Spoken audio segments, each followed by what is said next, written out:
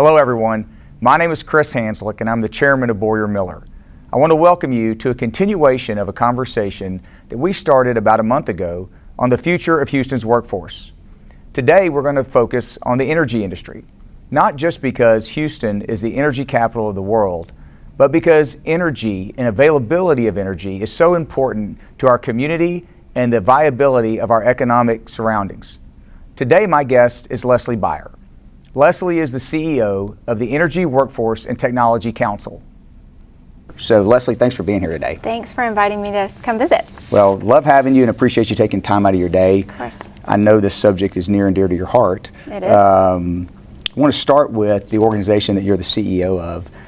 It used to be known as the Petroleum Equipment Supplier Association. Right. But you changed that name. We did. And you specifically, I'm guessing, and intentionally used the word workforce in the name of your company now. So tell us about that. What prompted the change and why such a focus on the word workforce? So the Energy Workforce and Technology Council is the new name of our group, and it is the merger of two trade associations. So the first one you mentioned, PESA, was the Petroleum Equipment and Services Association, and it was the largest national trade association for oilfield service providers, equipment manufacturers, and it was merged at the beginning of this year with the AESC, which was the Association of Energy Services Companies, more smaller companies, privately held, workover rigs, well servicing.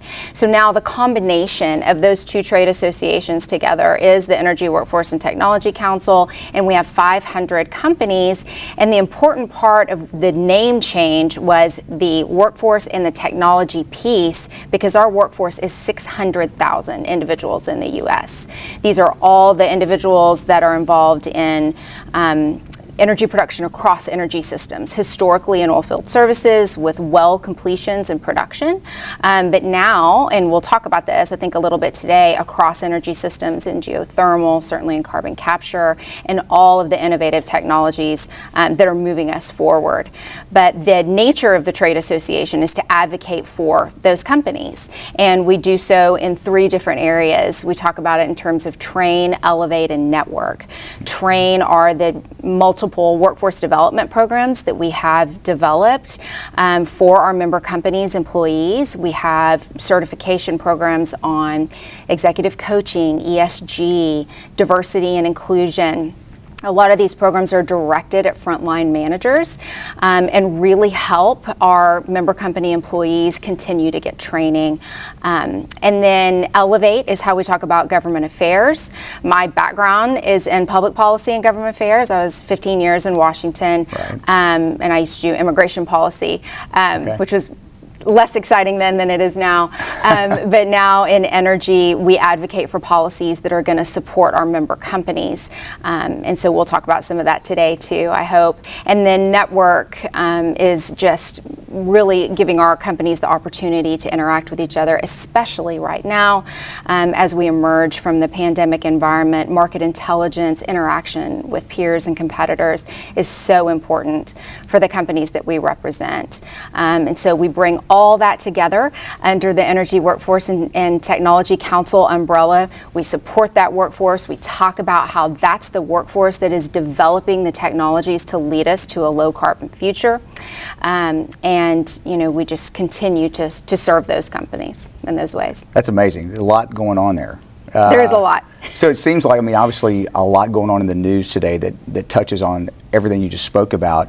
One of the things that occurred to me as in Houston, we experience the cycles, right? The up and down of the oil and gas industry. The last couple, there's been a lot of talk about a flight from energy from the workforce level, because people, I guess, feel like they've been burned by energy. Maybe they come back, they get burned again. I'm curious to know kind of what your experience has been as you work for this and serve this workforce, especially how the pandemic has affected that. Right. So there's always been a cyclicality in this industry for sure. And those cycles, the boom and bust cycles have been hard for people historically to manage.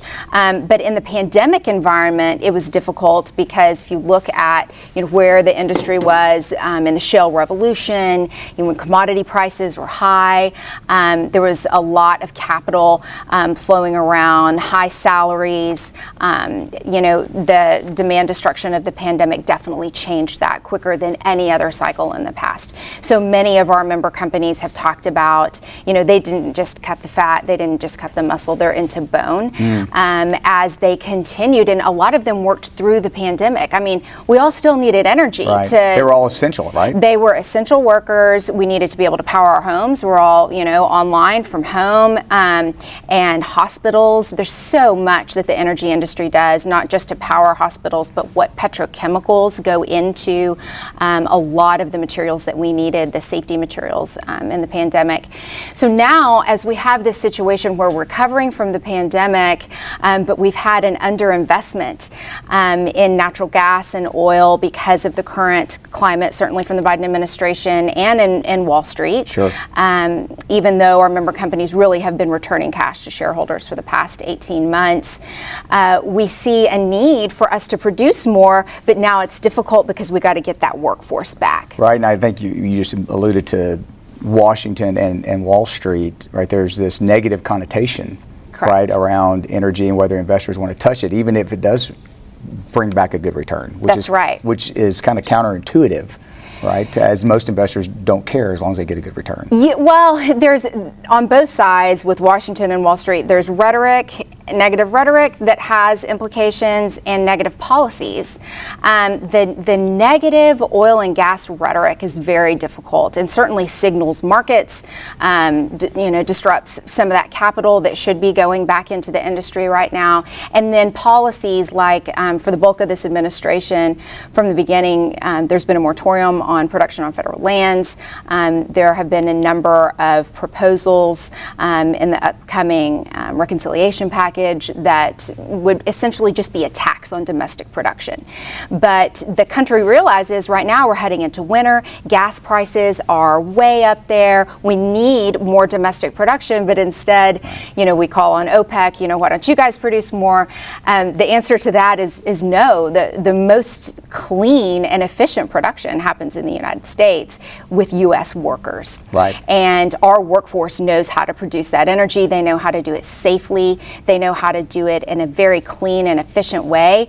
And demand for oil and gas is still going to be there as economies, especially the non-OECD economies, have population growth. Everyone is emerging from the pandemic. We have more demand for oil and gas than ever, so we don't need to take anything off the table. Sure. And if we depress domestic production, then all that does is maybe push that over to production from Russia, production from Saudi Arabia. That doesn't do anything for the United States, for our energy security, for our national security, or our workforce, right. primarily. I mean, someone's going to fill the gap, right? Correct. And I think I heard last week even some people in Congress were talking about the reserve, tapping into the reserve, which doesn't make any sense. So tapping into the Strategic Petroleum Reserve isn't horrible. It's not as bad as asking OPEC to produce more, but it's also not material. It's maybe a few cents on the dollar. We can release some from the Strategic Petroleum Reserve, but it isn't going to make a significant difference on oil and gas prices. What will make a difference is maybe to take the boot off the throat of the U.S. domestic producers, and certainly for more capital to go in to the industry, which we're already starting to see more capital enter. Energy, oil and gas production, but this isn't something that turns on a dime. Sure. A lease, the seismic, the production as it goes to market, that is a long-term thing. So decisions that were made 6 months ago are what are affecting us now. There's no quick answer. So last month I had a panel of experts, and it's not just them, it's written all over. The Great Resignation, right? We have jobs that can't be filled, and I'm sure that's true for energy. And as you're talking about it, if we do allow production to get back to greater levels here in the States, we need more people around to do it. Mm-hmm. Yet we have people not going to work. How have you seen the Great Resignation impact energy, specifically in this region, and what do you think it's going to take to get the people back to the jobs in the energy sector? It's been interesting to see, and we talked initially about how the industry was used to this kind of boom and bust cycle, and people would be in the industry and do well, and then when they had layoffs, they would still wait around, and then they would come back. But we have definitely lost a lot of our workforce, and we are competing now with many other industries for the workforce that we need. So the jobs that are in most high demand right now are electricians, truck drivers, those kinds of jobs. Sure. And they have not returned. I spend a lot of time with our member companies in Midland, in areas of major production, and they've resorted to using signing bonuses. They have had a hard time keeping people on. They will compete with each other for 30 cents, on an hourly wage, and that's very difficult for it to create a stable workforce. There's, also a very specific threat to the workforce, which is also coming out of the administration. But if we do have a federal vaccine mandate, sure. That only exacerbates the issues that our companies are having already in supply chain. They can't get raw materials. They can't get semiconductors and chips. They can't get workforce. And so a lot of the workforce that chooses not to be vaccinated, and that is everyone's choice. I mean, I Sure. choose to be vaccinated, but I'm not going to make that choice for someone else. And those people do not want to work for a company that requires it, and that's going to also hinder a workforce that needs to be on right now as we enter winter. So that's kind of one of the main things our government affairs team is working on, because it's such a threat to the oilfield workforce, or the energy services workforce. If this regulation and this federal vaccine mandate is implemented, it would happen around December, January, and that's going to be right when we need energy production the most, and there are workers that absolutely will refuse that. So we don't disagree that it's a good idea for everyone to be Sure. vaccinated, but maybe let's hold off a minute on that and let's get the energy production that we need. These gas prices hurt only the lowest income Americans the most right now, and you do not want for anyone to have to choose between paying their electricity bill or getting groceries, and it's going to come to that potentially with inflation and the gas prices where they are. So we need to just take away any artificial, hindrance to our workforce being able to work. I mean, it's hard enough as it is, right? When you layer on some of the governmental restrictions, it just adds to it. It just adds to it. And for us too, another important part of the question you asked is being able to attract a workforce, a young, innovative workforce, especially coming out of the Great Resignation. So many people are just over their jobs. Right. They're just done. They're tired. A lot of women especially, and we do a lot of work with promoting women in the workforce, have had to stay home and support their kids, going to school from home and all of that, and they're just tired and don't want to come back. It is on our industry to really talk about what we are all about, what we provide to modern life, how the clean production of oil and gas really powers modern life, and how that can motivate this younger workforce to come back, because you really see people want to have a purpose. Sure. They absolutely want to have a purpose. I do too. And being able to deliver energy to the world and bring people out of global poverty, energy poverty. There are 2 billion people in the world that live in energy poverty. Solar may be a good answer for some areas. Wind may be a good answer for some areas. We need all of the above. Right. Demand is only increasing, and so we need to be able to have people in our workforce that can feel passionately about a purpose-driven industry that delivers what we need to be able to lift people out of poverty, little girls to be able to go to school instead of carrying water. I mean, those areas, they need propane, they need natural gas. We're not going to be able to just all of a sudden jump over everything else. And it's on us to attract a workforce that can do it. So that kind of leads to a question I had, which was, how do companies in the industry need to be thinking about the talent they're going to need to not just maintain or sustain, but actually grow and continue to deliver?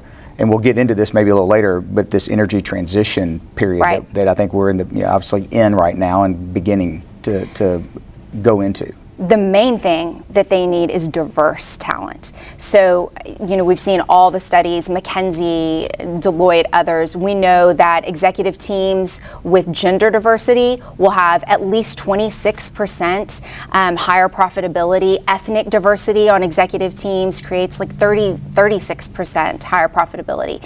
And this industry has not typically been incredibly diverse. And it's on us to really work through specific tactics for our member companies to be able to attract that workforce. Certainly the overarching, how we explain what the moral purpose is and what we do is important, but also having benefits and things that we offer to our employees. Our member companies, we need to have parental leave. Right. Maternity leave is great, but parental leave where both parents have time to invest in the very beginning when a baby comes home, whether that baby is adopted or born into the family. I mean, that just creates so much of a shared parental situation at home that's good for employees, good for the companies. We need to be able to have flexible work-life balance, work from home policies. And in the post-pandemic world, most companies are doing that. But with energy companies, it's a little harder. I was going to say some have to be there, you have to be in the field, but we can be more flexible because a lot of these jobs, as they become automated increasingly and there's remote monitoring, this isn't as, it's not the dirty, dark oil field.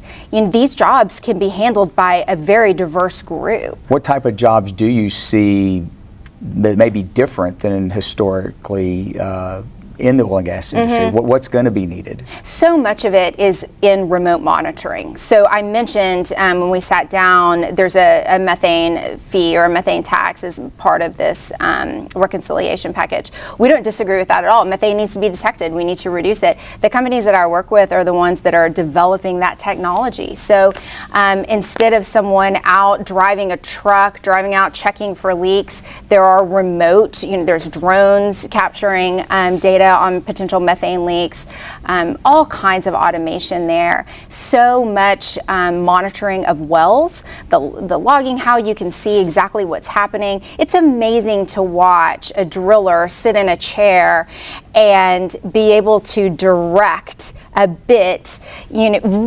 submerged, 10,000 feet and turn 52 different directions, right, and hit exactly in the right zone. That's all handled remotely now. Sure.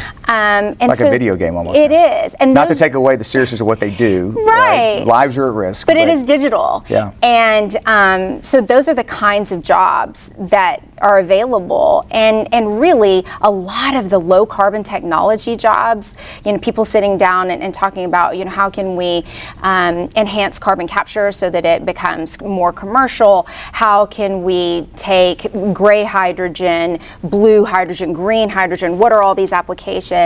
I spent the day out at Caterpillar and watched an engine take simultaneously diesel, LNG, and hydrogen into an engine, power it, cut some of it off, reduce its emissions while it did that, power a battery, shut everything off, use the battery power the whole time while the engine's going. I mean, that's exciting. Yeah. And that's something fun to do. That is better than designing a smartphone if you want to be purpose-driven, right? But everybody wants to go to the tech companies. But there is so much exciting technology for our workforce. So we talked a little bit about the political and social headwinds that the energy industry faces. What are some of the things? You mentioned diversity and inclusion. I also know that another area passionate to you and you speak on a lot is ESG. Right. How is the council and your industry using ESG to try to maybe turn those headwinds around? Right. So ESG certainly in the past 3 years has become such a buzzword. And 5 years ago, as we sat down and talked about, hey, we see this popping up. Investors are starting to talk about this in Europe. What do we need to be looking at this? I interacted with companies that were like, no way, that's not even relevant to us right now. And now I literally cannot go to a conference without seeing a panel on ESG. And ESG really is mitigating risk across the enterprise, specifically specifically in the areas of environment, social, and governance. So if you have an effective ESG program, it means you're running your business well. It means you're looking at risk, you have a plan to mitigate risk, your governance structure is set up appropriately with all the internal checks and controls you need, you have diversity on your board. It means that you have an employee, that you've looked at all your stakeholder needs, your employees. How are you taking care of them? How are you keeping them safe? How are you making sure they want to stay? And also the communities where you're operating. And then how, on the environmental side, what are you doing to reduce your emissions? Do you use diesel? Hopefully not. And if so, how much are you saving by not using that? And how are you showing how you're going to get better every year? So ESG is it's this company's way to show what they're doing in all of those areas in one succinct kind of, if not a sustainability report, but one, they report it out so that investors can see what they're doing. And we help educate our companies on that, since it's so imperative right now with ESG investing being so critical in the industry. I was going to say, these days in the investment world, it's one of the key requirements, right? It is. We've had, I've heard investors say that they'll sit down with a company and they will, type in the ticker and they're like, I can't even get there. You've got a failing ESG score. Wow. And it's frustrating because ESG scoring happens on probably 10 different platforms that all have different metrics. Right. You can be knocking it out of the park in one and failing in another, depending on what your strategy is. And there is no real motivation for any of that to standardize. And so that is an area of opportunity, certainly, for someone to come in and standardize this ESG reporting. And you're starting to see a little bit of that potentially happen. It's starting in Europe. And as ESG goes, it's what happens there is going to happen here about 2 or 3 years later. Okay. And so we're watching that closely. So we should be looking to what's going on in Europe to see what's coming for as us, it relates. certainly as it relates to ESG and how it impacts our access to capital. And I don't think it's any different than most things. Things start out new and it's the Wild West, and then the industry usually gets to a standard, right? No different than, I guess, API and other things like that along the way. We need to be able to get to a standard, especially with the SEC right now saying, that they're going to start making a requirement for publicly traded companies to report on ESG metrics that are material to the financials. That can be defined a number of different ways. Sure. So going back to the workforce for a little bit. Yeah. Are you or the council working with higher education institutions to try to educate those institutions on how we need to be educating the students to be attracted to the industry, or at least where the companies are attracted to these students graduating, that they have what we need to do these jobs that we have to fill? Absolutely. So we have a partnership with IPAA, which is another trade association of independent producers in the U.S., and we fund 5 high school level petroleum academies in Texas, as well as a middle school STEM program, virtual vocational program across middle schools in the Permian Basin. It basically teaches what the industry does, all aspects of the industry, and starts to try to get kids interested in some of those STEM fields. We also then, moving forward from that, have partnerships across the board, primarily with Rice, but other universities where we bring in interns to go through different departments and an internship at our member companies just to see what they're all about. And then finally, our racial equality task force works with historically black community or historically black colleges and universities to recruit from there, which we need a lot more diversity from that group in our industry. And so we have relationships with those universities to get out in front of them and show them there's great paying jobs, there's opportunity here, and how purpose-driven it is. So we work on building those relationships so that our member companies can come in and just take advantage of them. Right. Okay, so let's now move into energy and transition. Yes. Right? Another topic I know you speak a lot about. You have a podcast. I think that's the title, right? Yes. So what is energy in transition? What does it mean to you, and how are you trying to educate your member base versus as well as the general public about what it means and how traditional oil and gas plays a part in it. Right. That is what the Energy and Transition podcast is all about, is showing what the opportunity is, especially for energy services companies in energy transition. So some people would define energy transition as a move away from fossil fuels. That is not what it is, for a number of reasons, primarily because fossil fuels will be part of our lives for a very long time, decades to come. Fossil fuels are part of the renewables supply chain. You can't even have renewables without oil and gas. So starting there, the podcast is about the opportunities, because when companies started hearing about energy transition, they felt, you're moving away from what we've been delivering all these many years. I'm paying you to talk against me? No. Right. Why are you moving away? Why would you move away from oil and gas? But there is opportunity for all of our member companies that we work with. They work across energy systems. And I was talking about this earlier today. NOV, for example, I'm sure you're familiar, is a rig manufacturer. Yes. They're also a huge market leader in offshore wind because they know how to build offshore rigs. A lot of things there are very similar. Baker Hughes has been involved in hydraulic fracturing for a long time, but now carbon capture in geothermal development. Halliburton's been involved in geothermal development. That technology is very similar to frac. Frac and geothermal are like right there, almost the same, and it's different on what comes out. But so it's really an exploration of what are the opportunities that our companies have based on their workforce, their highly skilled engineering and technology-driven workforce groups to work across energy systems. Because energy transition is really about reducing emissions. It's not about taking anything off the table. It's about trying to reduce our emissions as much as possible. And that's really what the podcast is about. And it's fun to bring our members on, and they're excited about what they're doing. Everyone wants what's best for the planet. Everyone wants a clean, air and environment and water for our kids. Right. We want that too. So it's important for our companies to see that they have a role in that. That's great. So kind of wrapping up, I'm going to ask you kind of your opinion. You look out 10 to 20 years, what does the energy industry look like? Maybe in general, but again, this region, Houston and maybe Texas, what do you see? I think our mayor has done such an extraordinary job of really painting Houston as the new energy capital. Mayor Turner has been, I think, extraordinary at bringing our industry, bringing traditional oil and gas in to really show how we can continue to be relevant as we focus on new technologies like carbon capture. There's so much happening here in carbon capture.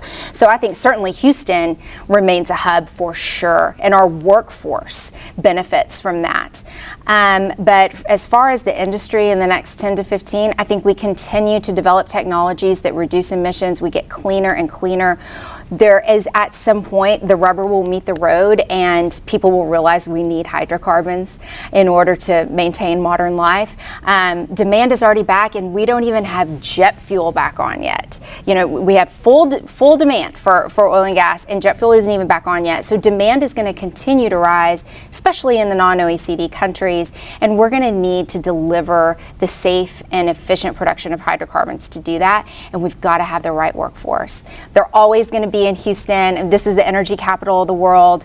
I hope the companies here do what it takes to keep them and really give them a reason to stay and help them understand why what we do is so purpose-driven. That's what great. I see. Good. It sounds like a good future for Houston. I hope so. I'll be here. Yes, me too. I don't plan on going anywhere. So thank you again for coming on. Yeah, thanks for having me. Loved your insight, and I know it was valuable to everyone that's watching. So thanks again. Thanks, Chris. I want to thank you for joining us today, and I hope you found this program valuable for you and your business.